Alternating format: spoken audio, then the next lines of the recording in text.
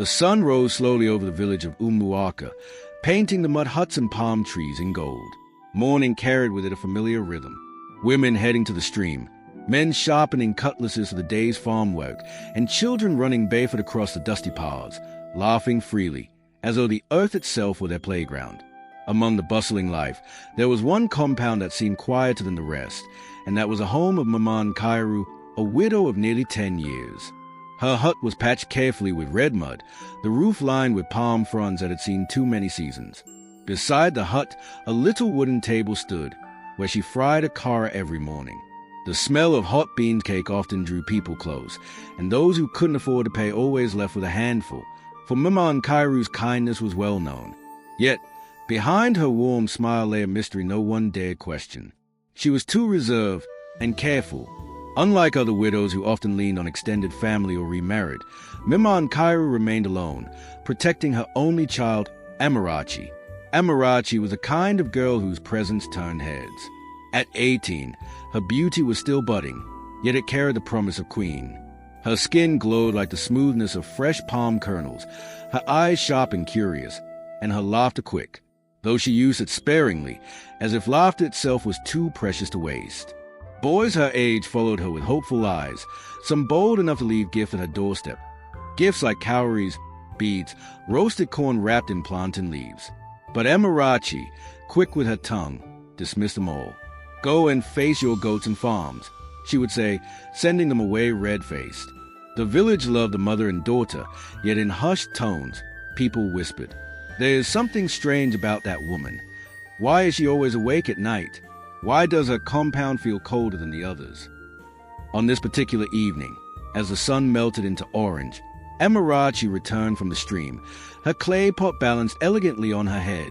Passing the Udala tree, she saw the old men gathered, their wrinkled voices rising in heated debate about land boundaries. The women, returning from farms, carried bundles of cassava on their heads. Children ran barefoot with dust trailing behind them, chasing after a bowl made of tide rags. It was a picture of a typical day in Umuaka, ordinary, yet beautiful. When Amarachi stepped into her mother's compound, she noticed her mother crouched near the fire, staring into a black pot with an intensity that made her pause. "Mama, what are you cooking?" "It smells strange," Amarachi asked, setting her pot of water aside. Her mother looked up too quickly, her eyes flashing with something Amarachi couldn't understand. Then, with a false smile, Maman Kairu replied, "Just herbs, my daughter. These bones ache in this old body of mine, and the leaves will give me strength." Amarachi nodded, but her gaze lingered. The smell was unlike any she knew. It was sharp, metallic, almost as though the fire burned not leaves but something darker. Night came swiftly, the moon hiding shyly behind heavy clouds. Amarachi, being restless, lay on her bamboo bed but could not sleep.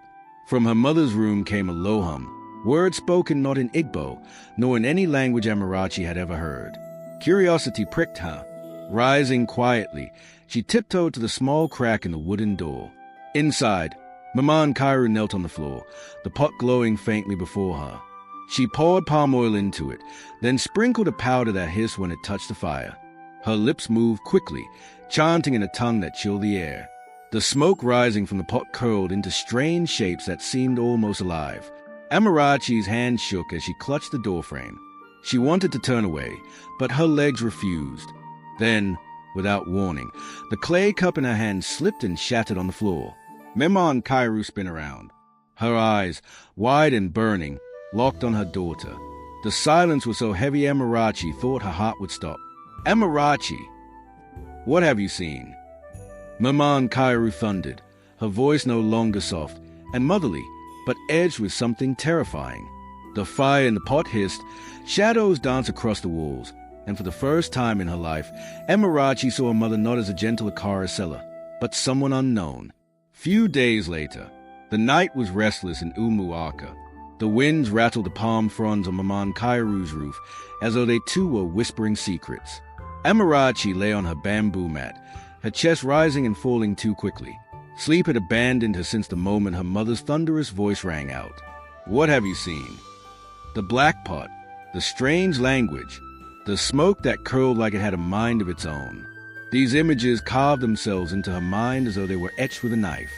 She wanted to believe it was a dream, a trick of the night, but the fragments of the broken clay cup still lay on the floor, proving she had not imagined it.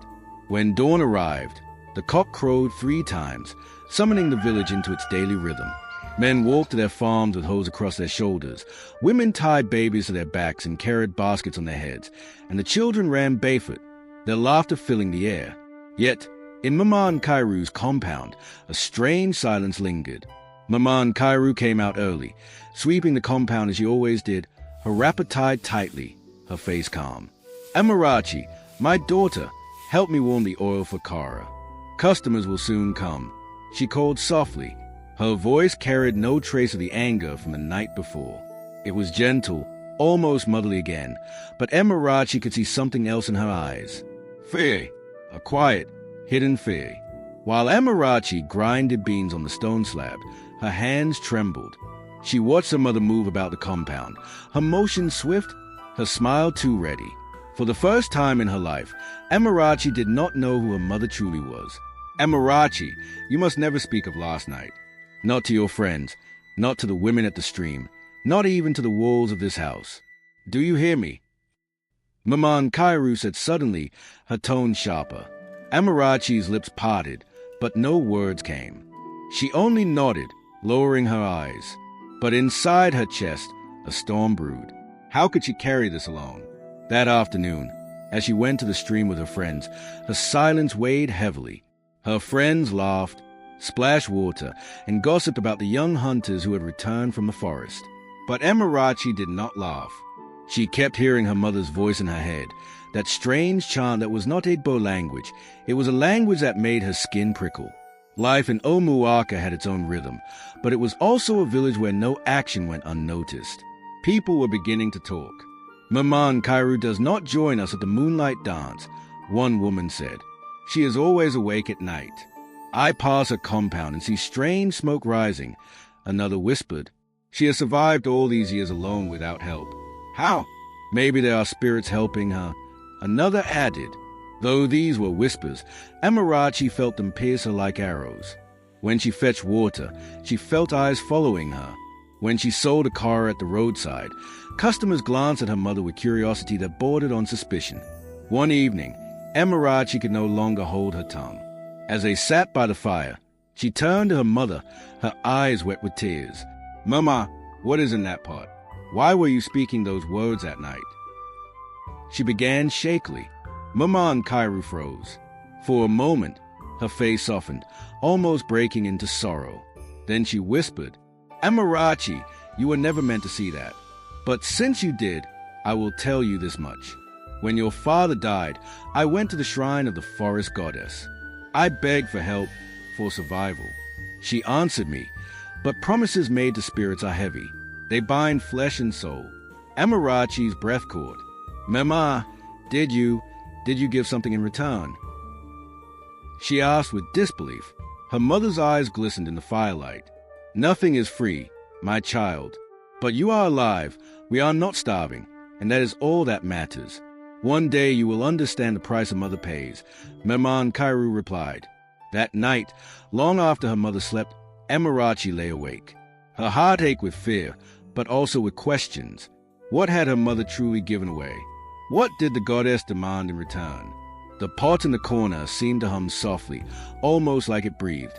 The shadows stretched long against the walls, as though listening.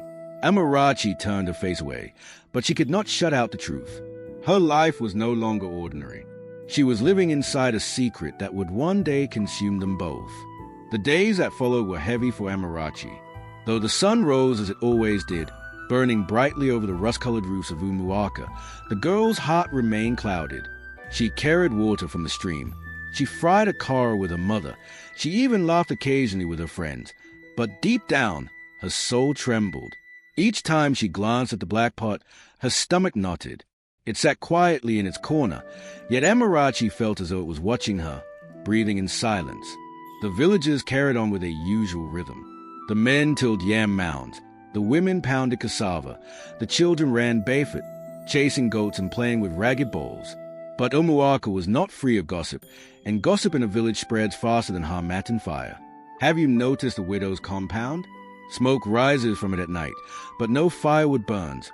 One woman whispered of the stream, her arms deep in soapy water. And I have seen it too. She is hiding something. Nobody survives alone for this long without help. Another replied, scrubbing her calabash. Maybe her late husband's spirits cook for her. Another laughed nervously. The laughter died quickly, replaced by uneasy silence. In Africa, some jokes were too close to the truth to be funny. That week, the village prepared for the Festival of Elders, a time when the ancestors were honored with songs, drumming, and libations. It was a season of joy, as masquerades danced in colorful raffia, flutes echoed through the air, and the village square was filled with laughter. But for Amarachi, the festival brought no peace. At the square, she stood with her friends, watching the dancers spin gracefully. But her mind wandered back to her mother's whispered confession. Nothing is free, my child. The spirits demand their prize. She glanced across the crowd and saw her mother sitting alone on a wooden stool, her wrapper tied loosely, her eyes fixed not on the masquerades but on something distant, unseen. Maman Kairu's lips moved faintly, as though she was counting, praying, or perhaps chanting. Amarachi shivered. The festival ended, but joy did not linger. 2 nights later, the village awoke to wails. Muma Obayoma's youngest son, Chike, had vanished. He had gone to play under the moonlight with the other boys, but never returned home. His mother tore her wrapper in grief, rolling in the dust, her cries tearing through the air. The elders gathered, holding their staffs. This is not the work of men. Spirits have taken him. All witches, they muttered. Fear gripped Umuaka. Parents warned their children not to wander at night. Men stayed closer to home, watching the shadows with suspicion. Whispers became sharper, more pointed. And inevitably, some of those whispers turned toward Maman Kairu. She lives too quietly, one man said. Her compound is cold, like a place where spirits dwell. Another added, and her daughter, have you seen how she glows? Like she eats food cooked by gods. The accusations grew like weeds, spreading from the market to the farms, from the stream to the square. Amarachi felt the stays. When she went to fetch water, women fell silent mid-conversation. When she walked past groups of men, their voices dropped and their eyes lingered too long. Shame burned her skin. That evening, she confronted her mother again. Mama, the people are talking. They say it is you. They say you are the reason Chike is missing. Maman Kairu's eyes flashed. She slammed her pestle into the mortar with such force Amarachi jumped. Let them talk. Did they not laugh when your belly was empty? Did they not turn away when your father's brothers refused to help us? Now they call me names, but do they know the price I have paid? Do they know the nights I have given my body to fire so you could live? Her voice cracked at the last words, and she turned away, her shoulders trembling. For a moment, Amarachi saw not a witch, not a woman of secrets, but a broken, fragile, desperate, and trapped mother. Yet the fear did not leave Amarachi's heart. She whispered, almost to herself, Mama, what if the spirits demand more? What if they are not done with us? The pot hissed suddenly in the corner, though no fire touched it. Both women froze. The air grew heavy, the shadows stretched longer, and the silence of the hut was broken only by the soft, sinister bubbling from the pot. That night, Amarachi could not sleep. She lay awake, staring at the ceiling, while the pot hummed faintly, as if mocking her. Outside, the wind rattled the palm leaves, carrying whispers only spirits could understand. She realized then that her life was no longer just hers. She was tied to a secret she never asked for, a covenant she did not make. And whether she liked it or not, the village was watching. The morning after Chike's disappearance, the village square was tense. Drums that usually spoke of joy were silent. The market women who often filled the air with bargaining chants now whispered like rustling leaves. The masquerades were gone, the festival over, yet the taste of fear lingered heavier than the scent of roasted yam. The elders gathered under the great Udala tree. Each man leaned on his staff of authority, their gray beards swaying like palm fronds in the wind. Chief Okari, the oldest among them, cleared his throat. His voice was gravelly, yet it carried power. Our children vanish. Our peace is disturbed. This is not ordinary. A hand, seen or unseen, is upon this village. We must find it before the god demand more blood, the crowd murmured in agreement. Some called for sacrifices to the shrine of Amadioha. Others demanded divination from the village Dibia. But more and more, the whispers found their way back to Maman Kairu's compound. Where was she the night the boy vanished? Her fire burns at strange hours. Her daughter shines like the moon, untouched by hunger. The words were sharp, laced with poison. By evening, the elders sent for Dibia Enyenryu, a man feared and respected in equal measure. His compound was filled with the smell of herbs and the bones of animals. His eyes were clouded white, but it was said he could see deeper than anyone else alive. The people crowded at the shrine as Dibia threw cowries onto a carved wooden tray. His lips moved with incantations, his hands trembling like leaves in the Harmattan wind. Suddenly, he froze, his milky eyes wide. There is a darkness in Umuaka. A woman walks with spirits. A covenant binds her. And until it is broken, the land will not know peace, he declared. The crowd gasped. Women covered their mouths. Men shifted uneasily. Someone shouted, "It must be Maman Kairu." "Yes, she hides something." Another added, "The Dibia did not call her name, but he did not need to." Suspicion had already taken root, and suspicion, once planted, grows faster than yam tendrils. Back at the compound, Amarachi's heart pounded as she recounted what she overheard to her mother. "They suspect you, Mama. They will come for us." Maman Kairu sat quietly, her face carved in stone. Let them suspect. What they do not know cannot harm them. But Mama, the Dibia spoke a woman tied to spirits. What if they decide it is you? Amarachi pressed. Maman Kairu's voice rose like thunder. "Enough! Do you think I chose this path? Do you think I wanted to kneel before shadows? Everything I did was for you. When your father died and his brothers chased us from his land, where were these villagers? When hunger nearly carried you to the grave, who among them gave you food? None." Only the spirits answered. Her voice cracked with pain, but Amarachi's fear only grew. She saw her mother's eyes flicker, like embers struggling not to burst into flame. That night, Amarachi could not sleep. The pot in the corner gurgled softly, though no fire licked its sides. The air was heavy, pressing against her chest. Then she heard the creak of the compound gate. Someone had entered. Amarachi tiptoed to the window and peered out. Her breath caught in her throat. A tall figure cloaked in black moved across the compound. The moonlight revealed skin so pale it seemed drained of blood, eyes that glowed faintly red, and feet that left no prints in the dust. The figure walked straight into their hut without knocking. Amarachi shrank back as the pot hissed loudly, the fire within it roaring to life as though welcoming a master. Maman Kairu knelt before the figure. Her voice was low, submissive. "Great One, I have kept the covenant. Do not expose me." The figure's voice was like dry leaves scratching stone. "You owe us. Widow, the boy you promised was not given." The spirits are hungry. Amarachi's blood turned cold. She bit her lip to stop from screaming, her hands trembling violently. She now understood Chaik's disappearance was no accident. Maman Kairu's head bowed lower. "Please, spare me. Spare my child. Take anything else." But not her. The figure laughed, a sound that chilled the night. "The covenant is clear. You have eaten the wealth of the spirits, fed from their palm. What is owed must be paid. Soon, widow, soon." And with that, the figure dissolved into smoke, vanishing into the pot. The fire died instantly, leaving only silence and the rapid beat of Amarachi's terrified heart. By dawn, the news had spread that the Dibia planned a ritual to reveal the woman bound to spirits. The villagers buzzed like angry bees, their eyes sharper than knives, their voices calling for answers. Amarachi, still shaken, clung to her mother. "Mama, what will we do? The spirits are after us, and the villagers too.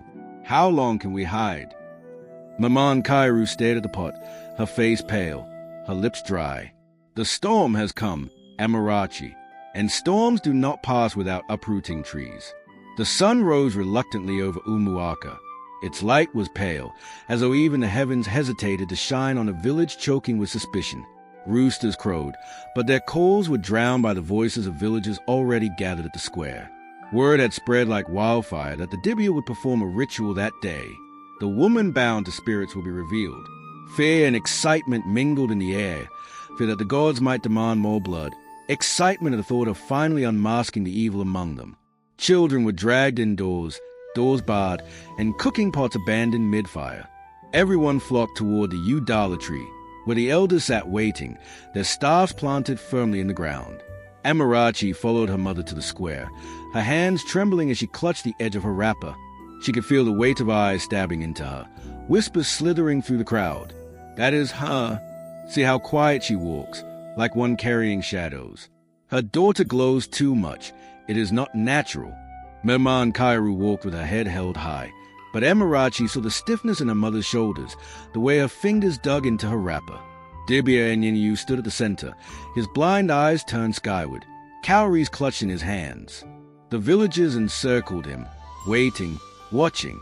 The spirits have spoken. Their hunger is upon us. Today, we shall see who walks with them, he declared. Gasps rippled through the crowd. The Dibia raised a gourd of palm wine, poured it onto the earth, and began chanting. The ground seemed to hum. The air thickened, vibrating with unseen energy. Amarachi's heart thundered in her chest. As the Dibia's chant rose, the wind began to swirl, dust spiraling like a small whirlwind. Women clutched their children. Men stood firm, though their eyes darted nervously. Then it happened. One of the Dibia's cowries rolled from his tray, spinning across the ground. It did not stop until it clinked against Maman Kairu's bare foot. The crowd erupted. It is her! Someone shouted.